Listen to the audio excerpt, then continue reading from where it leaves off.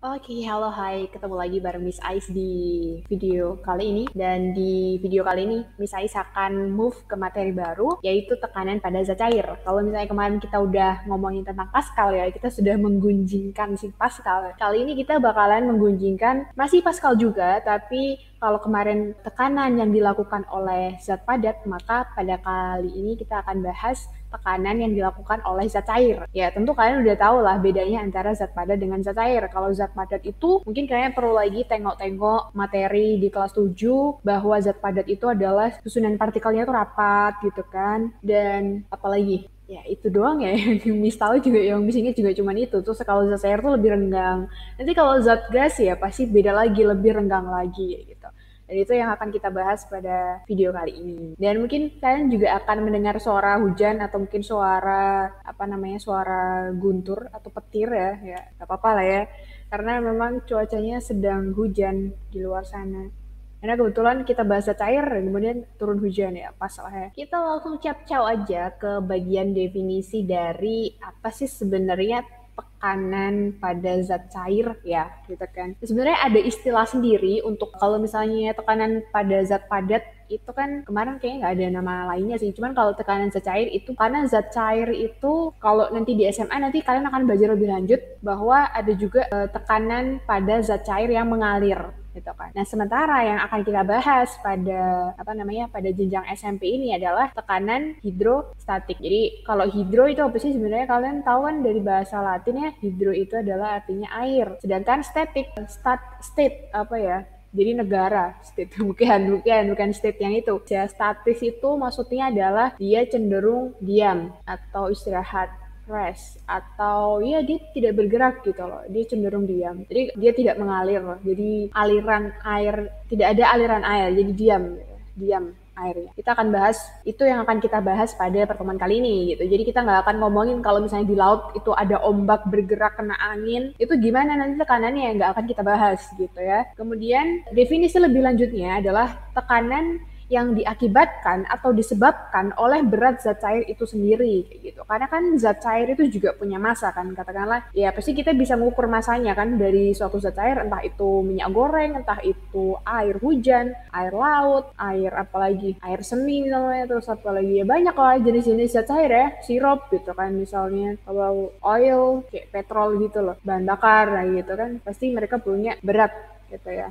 Oke, kita akan langsung ke contohnya aja. Gimana sih yang dimaksud dengan tekanan hidrostatik gitu kan? Maksudnya kayak nggak paham nih, emang mereka kalau misalnya mereka punya berat terus kenapa gitu kan? Nah ini kita bisa mengamati ada gelas beker dan di dalamnya berisi cairan berwarna biru untuk memudahkan kita mengamati ya. Sebenarnya makanya Miss pilih gambar ini yang ada warnanya, karena kalau misalnya sama-sama bening kita nggak tahu ukurannya berapa gitu kan. Nah ada suatu cairan dimasukkan ke dalam wadah gitu kan, kita bayangkan bahwa gini, air ini pasti ditarik gitu kan, atau ditarik oleh gaya gravitasi menuju ke bumi ya nggak, menuju ke bawah kan. Nah otomatis makanya tadi kan Miss Ais bilang kalau suatu cairan itu pasti punya massa gitu kan, punya massa.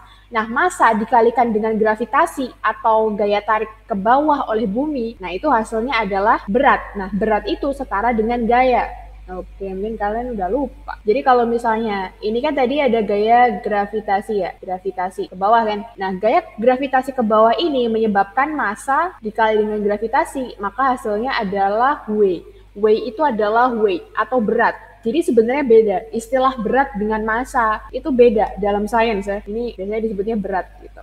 Nah, berat atau weight itu juga sama dengan force atau gaya gitu, atau gaya gravitasi atau apa ya, ya mereka sama, mereka tuh setara gitu loh. Nah di sini kebanyakan orang awam gitu ya, itu biasanya bertanya kayak misalnya beratmu berapa kilo gitu kan. Nah itu sebenarnya adalah pertanyaan yang salah gitu kan, karena kalau misalnya kamu nanya yang benar ya harusnya masamu berapa kilogram, masamu berapa pounds gitu, masamu berapa ons, itu baru benar massa ya, massa. Sementara kalau misalnya kita tanyain berat, berarti beratmu berapa newton bro, gitu harusnya itu benar pakai newton. Oke, nah di sini adalah ditekankan bahwa zat cair ini dia punya massa dan dia ditarik oleh gravitasi ke bawah gitu ya. Oleh karena itu, pasti setiap cairan di sini itu mengalami suatu tekanan. Katakanlah di titik sini, cairan di titik sini itu pasti mengalami tekanan dari air-air yang ada di atasnya.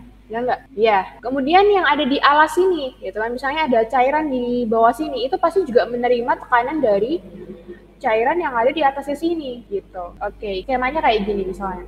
Katakanlah kita membagi cairan ini menjadi beberapa lapisan ya, beberapa lapisan. Lapisan paling atas, bawah, ini Miss namain aja nomor 1, 2, 3, 4, dan 5. Nah, dari sini kita bisa pastikan bahwa tekanan yang dialami oleh lapis 5 atau daerah pada nomor 5 itu lebih besar daripada tekanan yang dialami pada garis nomor 4. Ya nggak? Cairan pada posisi nomor 4. Karena nomor 5 ini dia dapat tekanan dari nomor 1, 2, 3, dan 4. Ya nggak? Nah, sementara lapisan cairan yang ada di nomor 4 ini dia mendapatkan tekanan dari nomor 1, 2, 3. Jadi cuma 3 dia ditekan oleh cairan yang lebih sedikit daripada nomor 5, ya kan? Dan seterusnya sampai nanti ke nomor 1. Nah, yang paling tidak menerima tekanan alias paling enteng hidupnya gitu kan, karena tidak mengalami stres atau tekanan, itu adalah pada posisi paling atas ini sebenarnya, ya nggak? Karena dia hanya ditekan oleh siapa? Nggak ada siapa-siapa atau nggak ada cairan apa-apa di atasnya, hanya ada udara gitu. Nanti kita akan bahas sebenarnya juga ada bahwa kita punya pertimbangan atmosfer atau udara itu juga melakukan tekanan. Nah, nanti kita akan bahas di video berikutnya, tapi kita skip dulu ya pada bagian ini. Jadi yang akan kita pelajari adalah ini tadi, bahwa cairan itu bisa melakukan suatu proses menekan, melakukan perbuatan menekan ya, atau menekan. Jadi cairan itu juga bisa memberikan stres gitu kan, memberikan tekanan. Jadi kan kalau stres itu kan bahasa Inggris ya, stres itu kalau dalam bahasa Indonesia bisa disebut juga dengan tekanan. Jadi kalau mungkin Miss sering bilang kalau misalnya stres ya, sebenarnya stres itu sama dengan pressure, sama dengan tekanan gitu ya. Nah, kita langsung ke rumusnya, karena ya sains tanpa rumus berarti adalah omong kosong belaka. Jadi tadi ya, hidrostatis, di mana hydro atau hidro itu adalah zat air, sedangkan statis itu adalah diam. Oh ya, BTW tadi yang masalah state itu mungkin benar juga ya. Sebenarnya kan negara itu kan ya hanya diam, state ya. Oke, canda negara gitu ya. Nanti jangan-jangan nino-nino. Oke, terus ini rumusnya yaitu pressure equals rho. Jadi ini adalah kayak huruf P, cuman nggak P juga. Kalau P kan kita bikinnya gini ya. Pertama bikin garis lurus dulu, terus habis itu ada gini kan, P. Kalau ini enggak, ini kayak langsung aja gini bikinnya. Jadi ini adalah rho, dibacanya adalah rho gitu. Ini adalah rho dikali dengan gravitasi dikali dengan H atau H. H ini adalah kalau kita dalam bahasa Inggris kenal istilah gini, height ya, atau ketinggian atau kedalaman, boleh sama aja, boleh aja. Jadi gini, rho ini adalah massa jenis zat cair. Kalau dalam bahasa Inggris itu ada istilahnya density. Jadi kerapatan. Jadi seberapa rapat suatu cairan kayak gitu. Karena sebenarnya cairan itu juga beda-beda. Kalian pernah nggak sih nyobain nyampur misalnya antara minyak goreng, alkohol, sama air misalnya. Nanti mungkin kalian akan menemui bahwa mereka tuh tidak bisa bersatu, ya kan? Mereka tuh bercerai. Jadi mereka akan buat katakanlah 3 lapis atau sirup, misalnya sirup minyak minyak goreng, air misalnya, terus nanti ada lagi susu gitu. Coba kalian campur. Ya jangan dicampur, maksudnya dituang aja, nanti siapa yang bakalan jadi di atas, siapa yang di bawah gitu. Nah itu karena sebenarnya mereka punya massa jenis, mereka punya kerapatan. Yang lebih renggang pasti di atas gitu kan, yang lebih berat atau lebih padat atau lebih rapat zat-zatnya itu pasti di bawah gitu loh. Ini adalah konsepsi rho ini tadi, rho atau massa jenis ya. Jadi kalau misalnya kita mau nyari tekanan, itu kita harus pastiin kita tahu rho-nya atau jenis zat cairnya itu apa gitu. Karena setiap jenis zat cair itu pasti punya rho masing-masing, angkanya beda-beda gitu. Terus kita juga harus pastiin kita ada di mana, di bumi kah, di Mars kah gitu kan. Nanti karena mereka punya daya tarik nilainya masing-masing gitu. Kalau di bumi kita biasanya pakai 9,8 meter per sekon kuadrat atau biasanya pakai 10 meter per sekon kuadrat biar gampang hitungnya. Itu aja sih. Nah, terus kedalaman itu diukur dari permukaan zat cairnya. Kalau misalnya ada ikan di sini gitu, katakanlah ada ikan di sini, Miss nggak bisa gambar ikan. Nah, berarti kita harus mengukur kedalamannya atau hanya tuh di sini. Ini kedalamannya berapa? Katakanlah 10 cm.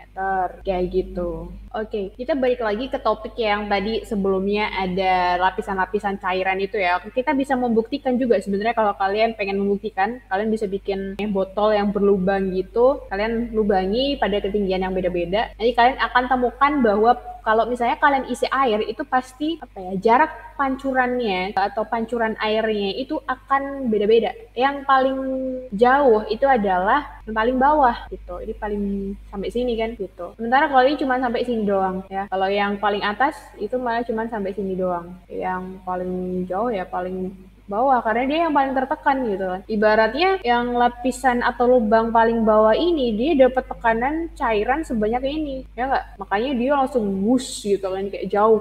Nah sementara kalau yang nomor paling atas ini ya dia cuma dapat tekanan segini doang dari cairan di atasnya yang jumlahnya segini doang ya nggak, kedalamannya gitu. Jadi bisa dipahami ya, kalau misalnya dia semakin dalam maka tekanannya akan semakin besar gitu. Kalian bayangin ya sih berarti makhluk-makhluk yang hidup di lautan dalam itu seberapa tertekan ya hidupnya mereka ya kan. Oke, langsung cus ke meme aja ya kalau gitu ya.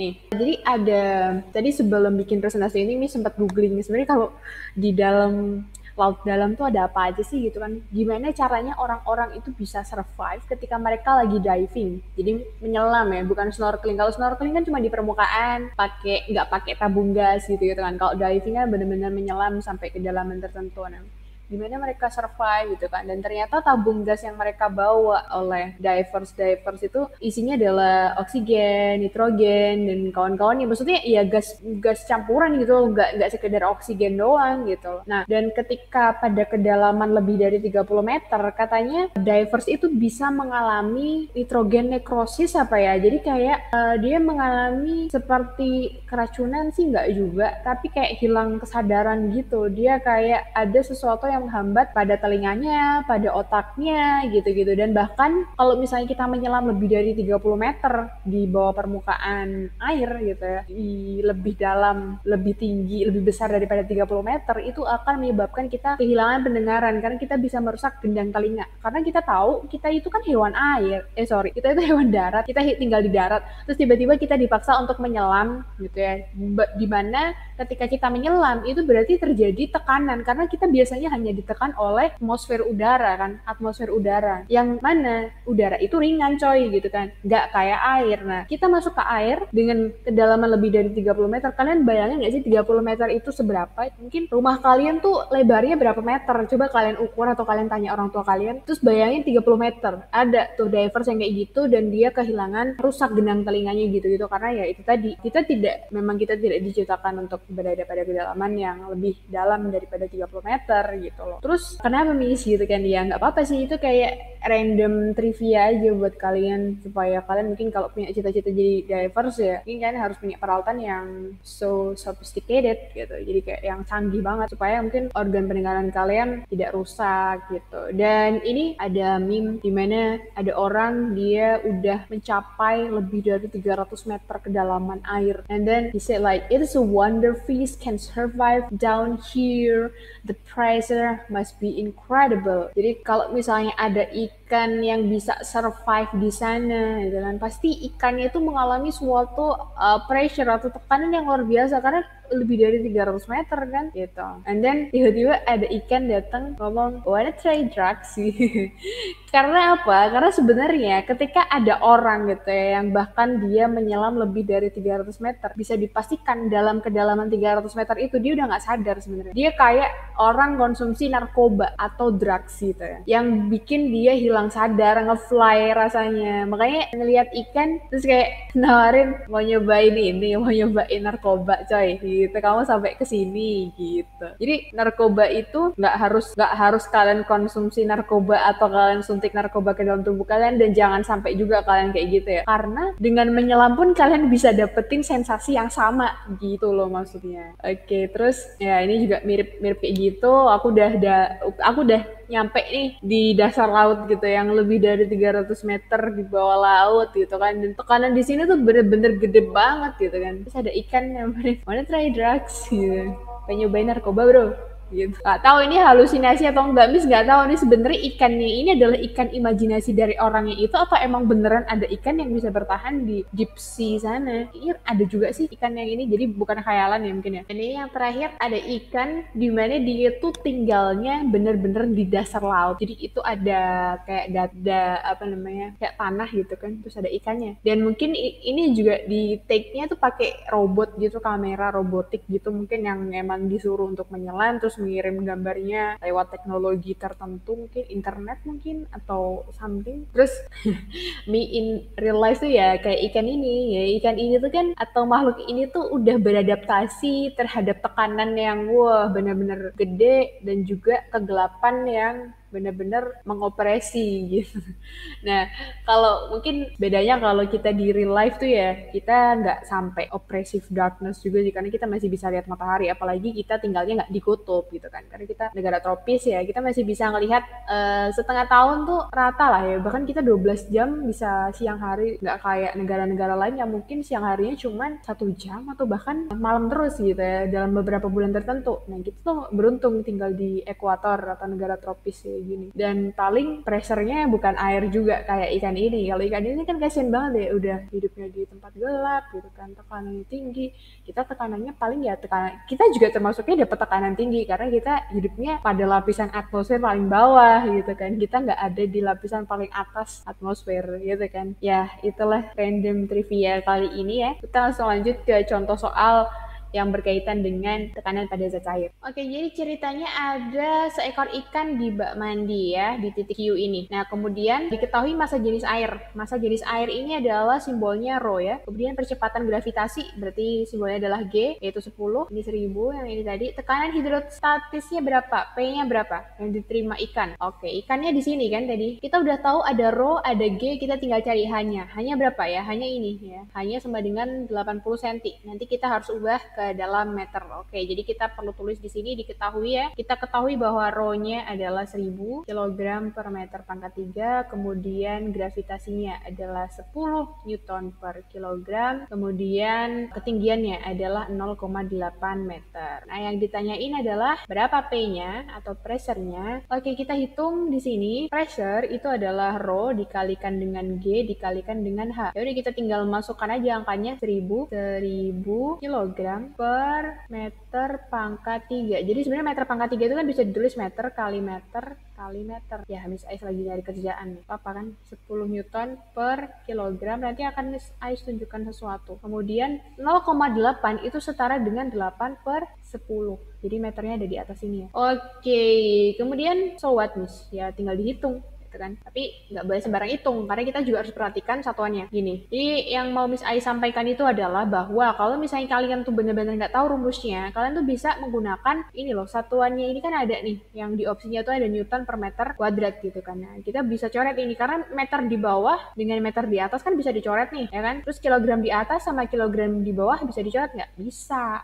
Nah, nanti berarti sisa satuan yang tertinggal adalah N yang ini dengan meter dikali dengan meter. Berarti apa satuannya? Newton per meter per segi gitu loh. Jadi asal usul satuannya tuh kayak gitu. Nah, tinggal kita coret angkanya, kita hitung angkanya. 10 atas dengan 10 bawah bisa dicoret kan? Bisa banget, kita coret aja. Tinggal 8 dikali 1000. Ya udah, hasilnya adalah 8000. Jadi jawaban untuk soal ini adalah opsi yang bravo. Oke, pada sebuah dasar kolam air dengan massa jenis ini, jadi ada kolam air ya, isinya air, bukan minyak, bukan apa-apa. Ini massa jenisnya. Jadi ini adalah Rho berarti ya. Kemudian ini tadi ada kata dasar ya, berarti ada dasar kolam ya, dideteksi oleh alat pengukur tekanan hidrostatis menunjukkan angka 50.000 Pascal ya, 50.000 Pascal tekanannya. Jadi ini adalah pressure. Dan percepatan gravitasinya yaitu adalah 10 ya, selalu ya. Maka kedalaman kolam air tersebut adalah, jadi gini, kita bisa lihat dari rumusnya, kita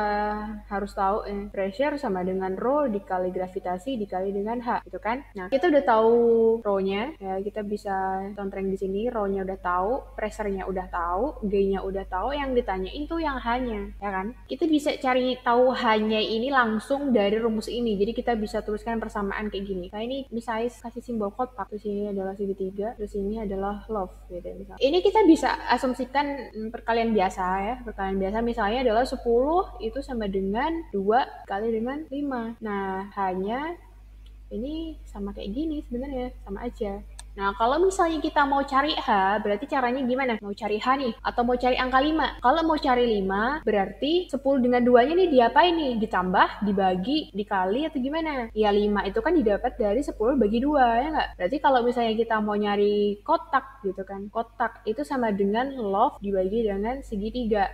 Gitu kan. Ya udah, berarti kita kalau misalnya mau nyari H, itu kita bisa tulis rumusnya kayak gini. Ini sama aja. H itu sama dengan love-nya berapa? Love-nya pressure per atau dibagi dengan rho dikali dengan G gitu ya. Berarti kita tinggal masukkan angka-angka tersebut ke dalam sini ya. Karena udah sesuai dengan satuan internasional, jadi H atau ketinggian, kedalaman itu sama dengan pressure. Pressure-nya adalah 50.000 ya. 50.000 dibagi dengan, ini kita pakai satuan biar nggak salah hitung. Rho-nya adalah 1000 kg per meter pangkat 3 dikalikan dengan gravitasinya adalah 10 meter per sekon kuadrat. Oke, berarti kita tinggal coret nolnya. Kita coret 03 di sini, kita coret 03 di sini, dan ini juga ada 01 di sini, kita coret 01 di sini, berarti yang kita peroleh adalah 5 meter. Itu langsung, berarti jawabannya adalah alfa. Iya, gampang ya.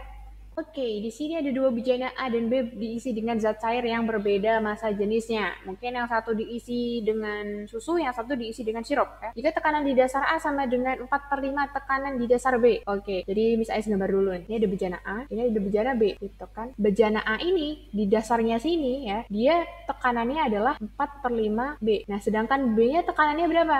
Ya, tekanannya berarti B gitu. Nah, terus rho A-nya berapa? Di sini ini kan pressure ya tadi ya. Sedangkan rho-nya berapa? Yang rho A. Rho A-nya di situ ditulisnya adalah 1000 gitu. 1000 kg per meter pangkat 3. Nah, maka massa jenis zat cair B adalah, nah yang ditanyain rho B-nya berapa, Bos? Nah, ini berarti kita gunakan nanti perbandingan ya, perbandingan. Jadi udah ada yang diketahui, kita tinggal cari tahu yang belum. Kayak misalnya kalian menghitung ada pekerja misalnya 5 orang, itu bisa nyelesain pekerjaan dalam 5 hari. Kalau misalnya cuma 3 orang, berarti kan gimana? Nah, tapi itu perbandingan terbalik karena lama bekerja itu berbanding terbalik dengan jumlah hari. Apa gimana tuh? Kalau semakin banyak pekerja, semakin cepat selesainya kan? Berarti jumlah harinya makin dikit. Jadi perbandingan terbalik. Nah, kalau ini mungkin kita pakai perbandingan lurus karena kita harus consider atau kita perhatikan rumusnya. Jadi rumus dasar dari pressure ini adalah rho dikalikan dengan G dikalikan dengan H. Yang mana kita tahu bahwa rho itu berbanding lurus dengan pressure gitu loh. Mereka ini saling berbanding lurus, tidak terbalik karena mereka sama-sama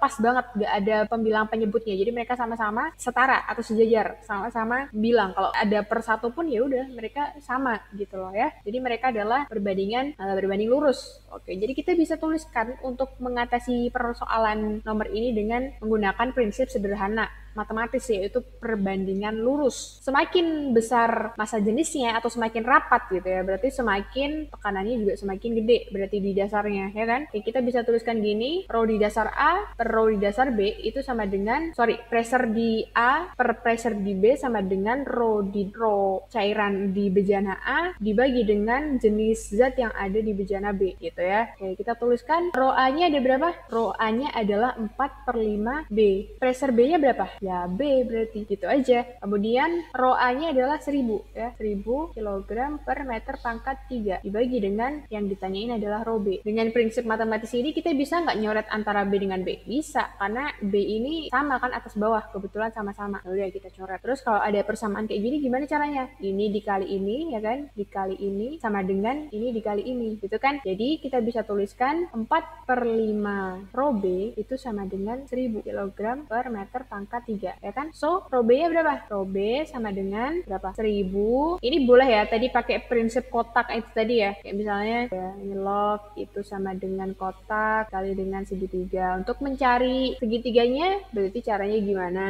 Ini boleh diasumsikan misalnya ini adalah 5 dikali 2 ini sama dengan 10. Kalau kita mau nyari 2 berarti 10 dibagi dengan 5 gitu kan. 10 dibagi dengan 5 berarti rho B nya kita bisa hitung gimana? Berarti sama kayak nyari 2 tadi kan, berarti 1000 dibagi dengan 4/5. Ya udah kita bawa ke atas sini biar nggak terlalu ini ya. 1000 berarti rho B sama dengan 1000 dikali 5 per 4. 124 bisa nggak? Bisa, hasilnya 25. 25 kali 5 berapa? 125. Masih ada 01, 0. Berarti kilogram per meter pangkat 3. Jadi jawabannya adalah yes, alpha ya, udah dicoret duluan. Oke, kita perhatiin soal berikutnya, yaitu disuruh merhatiin gambar. Ya, gambarnya kurang perhatian. Cara kerja roket tersebut menggunakan prinsip apa? Jadi di situ ada roket, terus kayak ada disambungin ke selang gitu ya, kayak suatu pipa atau apalah, selang ya. Terus di sini roketnya nanti bisa meluncur ciu gitu ke sana. Menggunakan tekanan apa kira-kira? Jawabannya adalah tekanan cair.